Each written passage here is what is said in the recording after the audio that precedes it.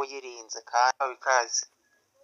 Muri ino video tugiye kureba amabanga 6 canke ibintu 6 ugomba gukora kuri WhatsApp yawe kugira ngo ube uyirinze kandi bigende neza.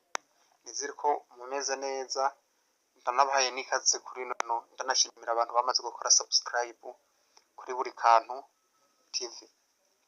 Kwibaza ngo kubera iki ino video ni kubera ko hari abantu usanga telefone zabo zihora tuzuzwa na WhatsApp bitewe n'iki, n'amafoto, amavideo abava mu magurupe badashaka.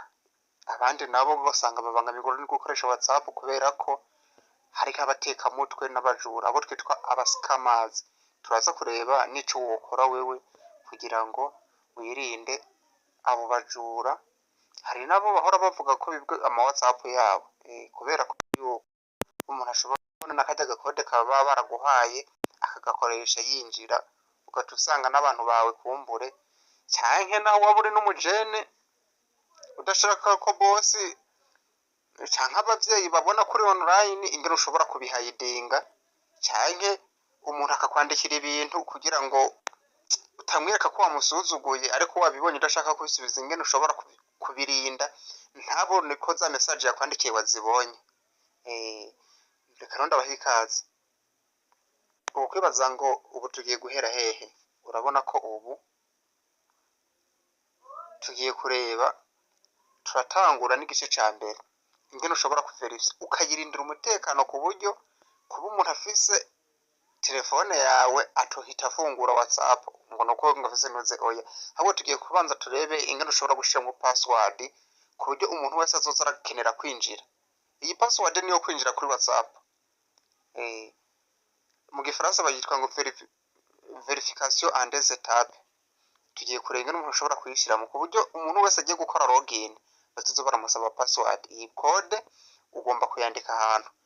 Ukuntu rero bigiye gukorwa, reba hano hejuru hariyo uburungu butatu top, ugiye kuhaklika, reba iri jambo rya nyuma munsi handitse ngo setting.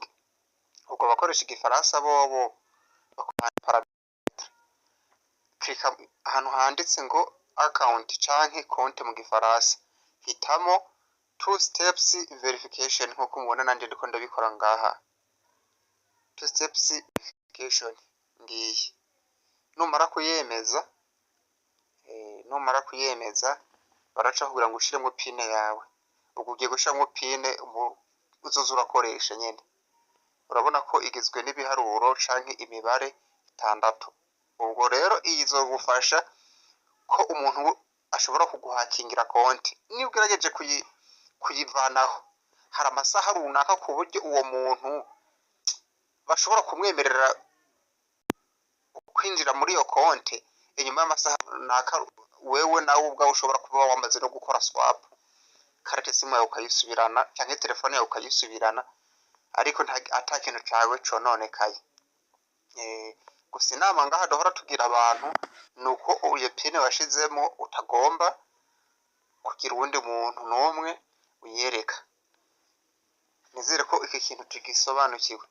Kabiri, tugiye kureba ingene umuntu ashobora gukira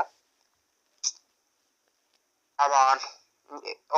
N'umuvyeyi ntashaka kubona ko uri online canke ni boss ntakeneye kubona kuri online canke nabandi bantu runaka ariko urakeneye ko batamenya kuri online nyine. Muri make konti yawe ikabifise umutekano ku buryo utaja online ngo umuntu wari wese ahita abona ko uje online. Turaza kureba icyo umuntu yokora. N'ubundi nkuko bisanzwe turagaruka hano muri screen ya WhatsApp bisanzwe, duklikeho kuri bwa burungu butatu hamwe kuri setting, bwa burungu butatu tuja kuri setting, hama turamanuka munsi ahantu handitse privacy, mu gifaransa handitse ngo confidentiality. Confidentiality, reba rero hano ingene handitse ngo last seen. Nibande bashobora kukubona and online the real vie ou en ligne. Abigifaransa namwe ntago urabona ko nawe ushobora kuvyikorera. last scene, profile photo na about na status. Aha rero harakomeye, aha birakomeye ariko biroroshe, burya biroroshe, ndaza kugusobanurira neza. Okay, hano iyo ukritseho kuri last scene na online, hano ho bakuvugira ngo ninde ushaka ko azoza arabona ko uvuye ku murongo cyangwa uje ku murongo. Aka kambere, everybody, uwo ari we wese mu bantu bose bari online, abantu bose boronka ku access kuri WhatsApp yawe, buba bafise nimero yabo muri contact, ashobora kubona ko ari online. Ndavyibuka nk'ubwa mbere tugikoresha za GB, yafisha abantu nka kujya kwa Facebook, akakwereka igahita inakwandikira online, ukazubona ngo my contact, nuvuga ngo umuntu utasevinze ntaze kubona ko uri online, na my contact except nabo bantu akakoko reka bariko nshimikaho. Aha hoho abo bantu barahita bakuzanira contact zawe, niyo hejuru uraze kuzanira bose ukabemeza nyene ngo ni my contact nyene ufise muri telefone, ariko my contact except ihitamo abantu udashaka ko bazoza barayikurebera. Navuga ngo nimba ari bisi ukaba udashaka ko uzorabona izo content upostinga, umushiramo ngaha, we ntazosubira kubona stat yawe cyangwa ntazosubira kubona ko ari online. Ibi ushobora kubikora kuri stat, kuri about, kuri profile photo no kuri last scene na online, uko ari hane ushobora kubyifashisha kabisa bikagenda neza. Kuri my contact except hano hoho ushiramwe babantu udashikeneye ko bazoza barakubonera ibyo wapostinze canke kuri online canke kuba nasumye niyo message. Hanyuma na nobody, ahoho nta muntu numwe azokwigera abona ko uri online, arebe profile canke ngo arebe ibintu byanditse kuri apropos canke kuri about, handi uba wariyandikiye utuntu canke ibyo washize kuri stat, kiretse umuntu uzoba wataginze ko yemerewe kubibona. Kuko hari kuja gusharinga bakakubwira ngo utaginge, aho ushobora gutaginga biremera. Ibi rero biragufasha cyane, bikaguhisha igihe uri online, bikagufasha kwirinda abantu batakuzi, nakurinda kugira ubuzima bwite butari public, bivuga muri ubwo buryo.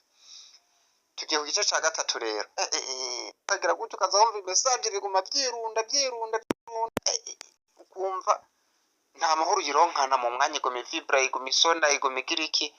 Tugiye kureba nabwo nyine ushobora kubikora. Tugaruke hano muri screen zacu, turakirika n'ubundi kuri bwa burungu butatu bwacu hariya hejuru kuri parametre, duhitemo parametre setting, munsi duhitemo notification.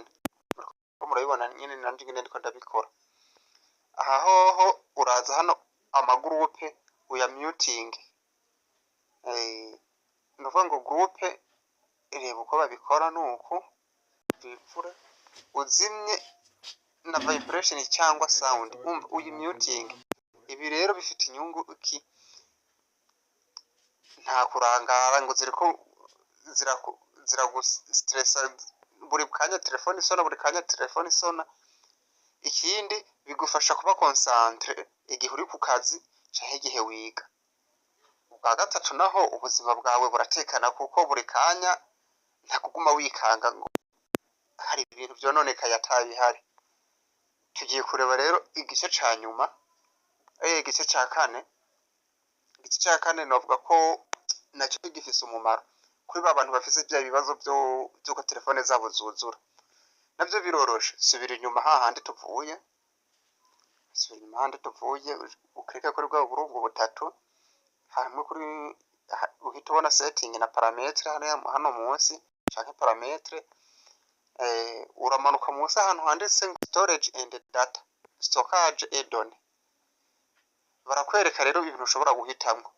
Urabona ahantu handitse ngo media auto download canke téléchargement automatique des media. Ibi biraza kugufasha iki? aha tugiye kureba ingene ushobora kuhitamura. Ushobora kuvuga ngo okay, nimba nguze mega zanje nkaba ntakeneye ko zica zihera ngo nuko bya bintu byo mu magurupe byose byidownloadinze, ndakora iki? Ndavuga ngo ngaha ngiye guhitamwo okay, igihe nzoba mfisemwo mega, aha hambere ni kuri mega, hazoza hari downloading iki, amafoto byose, icyo uzura makinga canke uzura surinya canke icyo uzura vivura nicyo kizoza kiri downloading. Icyo utaza kugira kuvivura naco canke kumakinga gusurinya ntabwo kizokuza kiri downloading. Biraza kugufasha kwirinda video n'amafoto adafite akamaro, bigufasha kwirinda video n'amafoto adafite akamaro, birinda kuzura telefone yawe, bikanarinda file zishobora kuba virusi, bya bintu byose usanga ngo byose bikidownloading. Ukagira gutyo ukazibona umuntu avuye ikantarange arakwandikiye, abanyakenya, abanigeria b'abasikama bamwe tuzi nyene bya bihugu tuzi biguriye ngo abasikama. Tugiye kureba ingene ushobora kubikora abo bantu ntibaze basubire kukwandikira, ukwandikiye ukamwima access ntazosubire kukwandika. Tugiye kureba ingene ushobora kugira iki kumubloka kana muri reporting kugira ngo hatagira n'abandi bantu akomeza kwandikira ibyo bintu bidafise 14 canke ubona ko ari uzuma. Uwo kwibaza rero ibi byo bikorwa gute? Tugaruke handi kuri chat zimwe zisanzwe, turavaho aho twari turi. Iyo uje ngaha hoho umuntu akaba kwandikira ibintu bitagira 16 18 30, ikintu ukora uklika kuri no nimero yiwe, waklikaho ugafyonda kwabura uburungu butatu buriya bwo hejuru, urajureba hano handitse ngo canke uvuze gufungura chat yiwe, kanda kuri nimero yiwe. Mu gihe utaseze izina ryiwe ucumanuka hariya munsi ijambo rya nyuma handitse block cyangwa report. Icyo uri bukore kumubloka ntazosubira kukwandikira. Kumuripotinga hoho WhatsApp yo abantu bakuripotinza ari benshi, WhatsApp yabihita bayibloka, bakayivana ku murongo nyene ku buryo udasubira kwandikira abantu. Ibi rero urashobora kubikora wikingira, ntibongera kukwandikira abutazi. Kabiri, urinda n'abandi bantu. Ikindi tuzi ko hari n'abantu bahora bibwa amafaranga yabo muri bwa bucuruzi bwo kuri internet. Ibi rero ubu bikumireye, kandi ibyo turabizi ko ari za message ziba zikubwira ngo ubu butumwa watsindiye ibihembo runaka. Reka dusoze video n'ubwene umuntu ashobora gukoresha telefone yiwe neza. No kuvuga ngo ibi byovyo ntago bikorerwa kuri WhatsApp, oya, ntago bikorerwa hano kuri WhatsApp. Biraguza kugusaba kutereshareja kano ka application, aka ka application kitwa Digital Wellbeing. Ibi rero birafise akamaro cane. Gusa aka koko munyemerere muje muri comment mumbwire ngo nako katwereka ingene gakora. Ahoho aka ka application